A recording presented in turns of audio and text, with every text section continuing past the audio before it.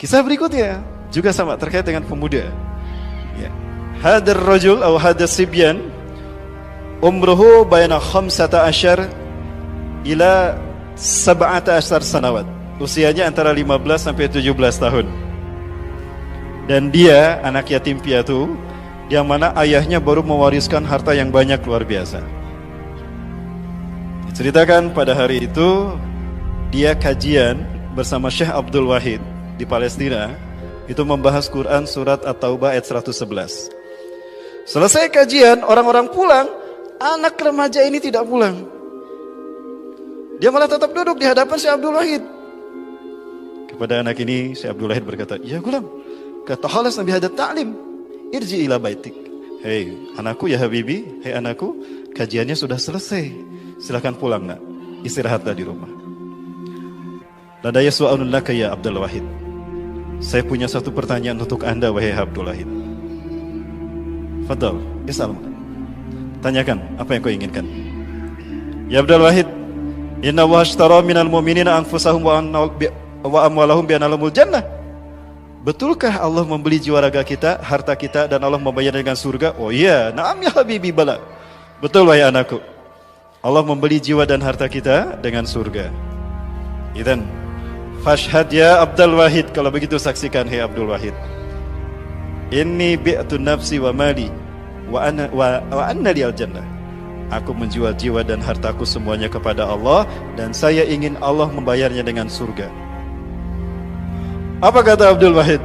Abdul Wahid bermaksud untuk meredam semangat anak remaja ini. Ya waladi, ya habibi, inna haddas saif asyaddu min ayyahum min antahumahum dalik.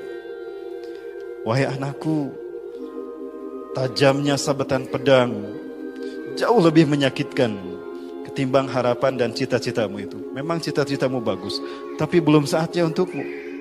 Aku khawatir kamu tidak akan kuat dengan tajamnya luka pedang itu.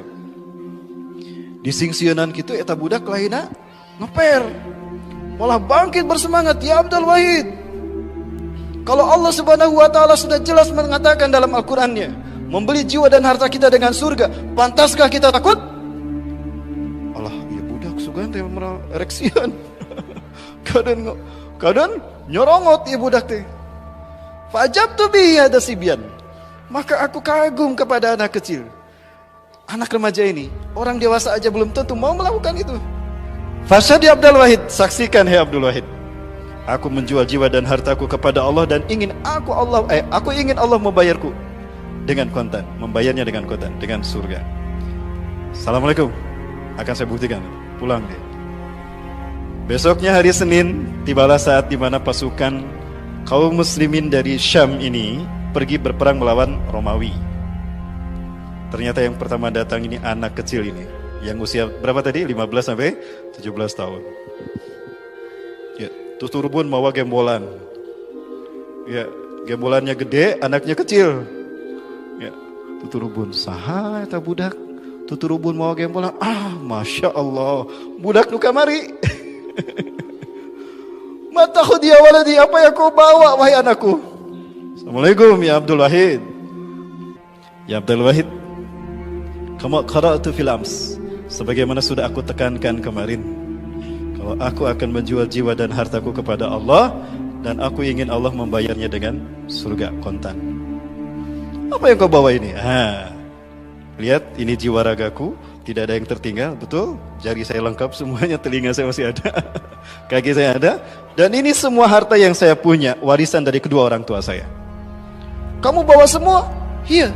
Loh, kenapa kamu tidak sisakan di rumah? Aku gak mau kembali ke rumah, aku ingin langsung ke surga. Kan pengen dibayar kontan. Masya Allah. Nangis Abdul Wahid, ya waladi. Semoga Allah memudahkan ijab kabul kamu dengan Allah. Semoga Allah menguatkanmu nak. Subhanallah. Ringkas cerita, berangkatlah pasukan tadi berperang melawan tentara Romawi. Sepanjang perjalanan karena jauh, apa yang terjadi dengan pemuda ini, dengan remaja ini? Di siang harinya dia tilawah, membaca Quran, mengulang-ulang hafalan, dan dia pun berkhidmat kepada para mujahidin. Karena perjalanan jauh, mereka membawa kambing untuk dimakan. Dia sembelih, dia bantu. Pak, pakaiannya Pak, sini saya cucikan. Subhanallah. Siangnya dia berkhidmat, menghafal Quran, menjaga salatnya, dan juga menjaga tilawahnya, berkhidmat kepada para mujahidin. Malam harinya dia tahajud, munajat kepada Allah.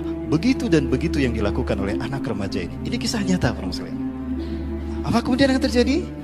Suatu saat ketika dia lelah, karena kelelahan dia tertidur di siang harinya.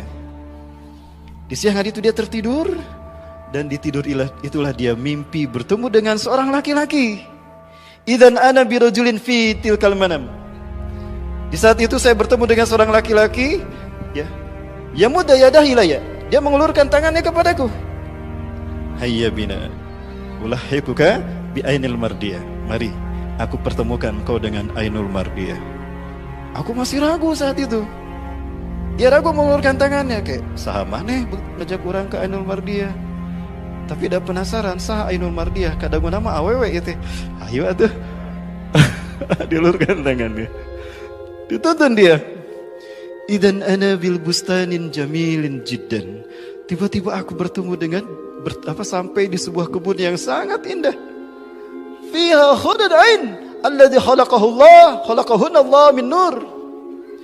Ma ajmalahunna wa ma ra'aitu imratan aw niswatan ajmala minhunna. Tiba-tiba aku dihadapkan pada sebuah kebun yang sangat indah, di mana di kebun itu dipenuhi oleh wanita-wanita yang cantik luar biasa. Aku belum pernah melihat kecantikan mereka di muka bumi.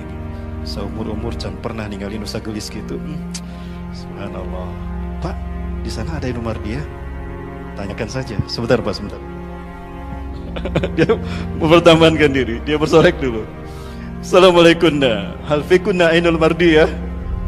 Assalamualaikum. Apakah ada di antara kalian Ainul Mardiyah? Kamu ya? Bukan. Kamu? Bukan. Mana Ainul Mardiyahnya? Taqaddam ya sayyidi. Silakan terus Anda ke depan. Satajiduha. Engkau akan bertemu dengannya. Pak, tadi nama dituntunnya ada apal teh nama. Pak, ayo Pak, cepat Pak. Teu sabar yang panggil sah Ainul Mardiyah. Jalan. Lalu aku bertemu dengan dua buah kebun yang sangat indah. Di mana kebun tadi dipisahkan oleh sungai yang isinya adalah air yang satu susu, yang satu madu. Wala taghayyar asimuh ta'muhuma. Tidak berubah rasa mereka. Dan di dalamnya ada bidadari-bidadari yang jauh lebih cantik dari yang sebelumnya. Dan ketika aku melihat kecantikan bidadari yang kedua ini, aku lupa sama kecantikan yang pertama. Seperti biasa dia mengucapkan salam kepada mereka. Apakah di antara kalian ada Ainul Mardiyah? La, nanu khadamun laha. Kami bukan Ainul Mardiyah. Kami pelayan beliau. Astagfirullah. Kira Pak, sekedar Pak, lulus Pak. Pelayannya aja cantiknya luar biasa, apalagi Ainul Mardiyahnya. Pak, teraskan itu Pak. Mangga. Teraskan lagi. Sampai pada akhirnya dia bertemu dengan satu buah kebun yang semua air sungainya itu adalah anggur yang tidak berubah airnya. Di antara mereka semuanya terdapat bidadari-bidadari cantik yang membuat kecantikannya itu melupakan yang sebelumnya. Laksana cahaya di atas cahaya. Pemuda ini sudah tidak kuat. Mana Ainul Mardiyah? Kamu bukan? Bukan saya. Kamu bukan? Yang mana? Tolong jawab. Kami budak dan pelayannya. Anda akan bertemu dengan Ainul Mardiyah di perjalanan berikutnya. Di kebun berikutnya Anda akan bertemu dengan dia. Allahu Akbar. Pak, saya duluan ya. Lompat. Saking rindunya ingin bertemu dengan Ainul Mardiyah. Tiba-tiba idan ana bi khaymatin ma ajmala khaymatil hada. Ya, hadi fi dunya. Wa ma ra'aituha fi dunya. Tiba-tiba aku dihadapkan pada sebuah kebun yang di dalamnya ada kemah yang terbuat dari permata. Intan permata dibikin kemah. Hanya ada satu penjaga di depannya. Cantik luar biasa. Oh, ini dia Ainul Mardiyah telah menunggu saya. Assalamualaikum Ainul Mardiyah, suamimu telah datang. Apa ternyata? Bidadari penjaga tadi berkata bersuruh, ya ayyatuhal Ainul Mardiyah. Wahai Ainul Mardiyah, suami Anda telah datang. Keluarlah. Akhraji anti. Keluarlah engkau. Maka keluarlah Ainul Mardiyah. Cahaya demi cahaya terpancar indah, membuat matanya terbelalak.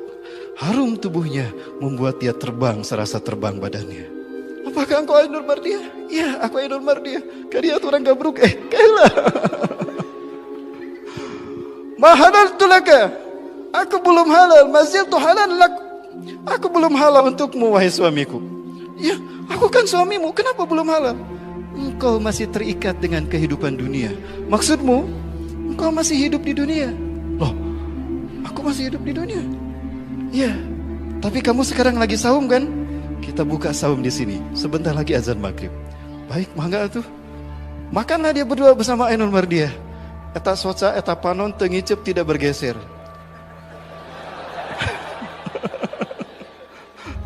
Tidak pernah bergeser sedikit pada Ainul Mardiah. Ya Allah, betapa indah makhluk yang kau ciptakan ini ya Allah. Mangga Kang, kita dileuteuy. Dia nggak. Tiba-tiba aku terbangun. Saat itu dia terbangun, makanya dia bergumam ngalindur. Maka orang-orang berkumpul. Hai Ainul Mardiah, jangan tinggalkan aku. Aku suamimu, kemana engkau pergi? Jangan tinggalkan aku. Lalu orang-orang membangunkannya. Jam. Mudang jam. Cager maneh. Kunaon? Bangun dia. Astagfirullah, innalillahi arsugan teh benar efek teh mimpi. Mana Ainul Mardiah? Apa kata Abdul Wahid? Ada apa nak? Siapa Ainul Mardiah? Cerita dia seperti itu. Ya, kepada Abdul Wahid. Maka apa? Belum selesai dia bercerita, maka tampaklah pasukan Romawi di hadapan mereka. Izinkan saya di barisan depan. Sok jang ka ditu, lompat ka ditu jang. Kajeleng eta makan kuda. Lompat dia lari. Lalu dia turun berhadapan dengan tentara Romawi. Dia tinggalkan kudanya, dia lari menghadapi tentara Romawi. Karena dia masih kecil, pedang yang dia bawa adalah warisan dari ayahnya. Dan pedang ayahnya tinggi besar, maka pedangnya pun berat. Tapi apa kata Abdul Wahid? Demi Allah, aku melihat seolah-olah pedangnya ini hidup dan terbang membawa jasadnya. Jadi bukan dia yang mengayunkan pedang, tapi pedang yang membawa tubuhnya. Seperti itu. Dan demi Allah, dalam waktu singkat aku melihat 9 tentara Romawi tumbang di hadapannya. Perang pun makin berkecamuk dan aku kehilangan anak ini. Biiznillah kami bersyukur pada Allah. Perang kami menangkan. Habis tentara Romawi kami bunuh mereka. Tapi kami kehilangan jejak anak laki-laki ini. Saya bertanya pada semua prajuritku yang selamat. Aku tidak menemukan di mana jasadnya. Allahu Akbar. Tiba-tiba angin sepoi-sepoi mengantarkan aku kepada pemuda tadi. Wangi yang luar biasa tercium dari angin tadi. Maka dia dituntun oleh angin tadi, orang yang harum tadi. Maka apa yang terjadi? Jauh dari tempat di mana aku berdiri, aku temukan pemuda tadi sudah mati. Dengan luka yang penuh di tubuhnya, dengan kepala hampir putus, tapi dia tersenyum sambil memegang pedangnya. Subhanallah.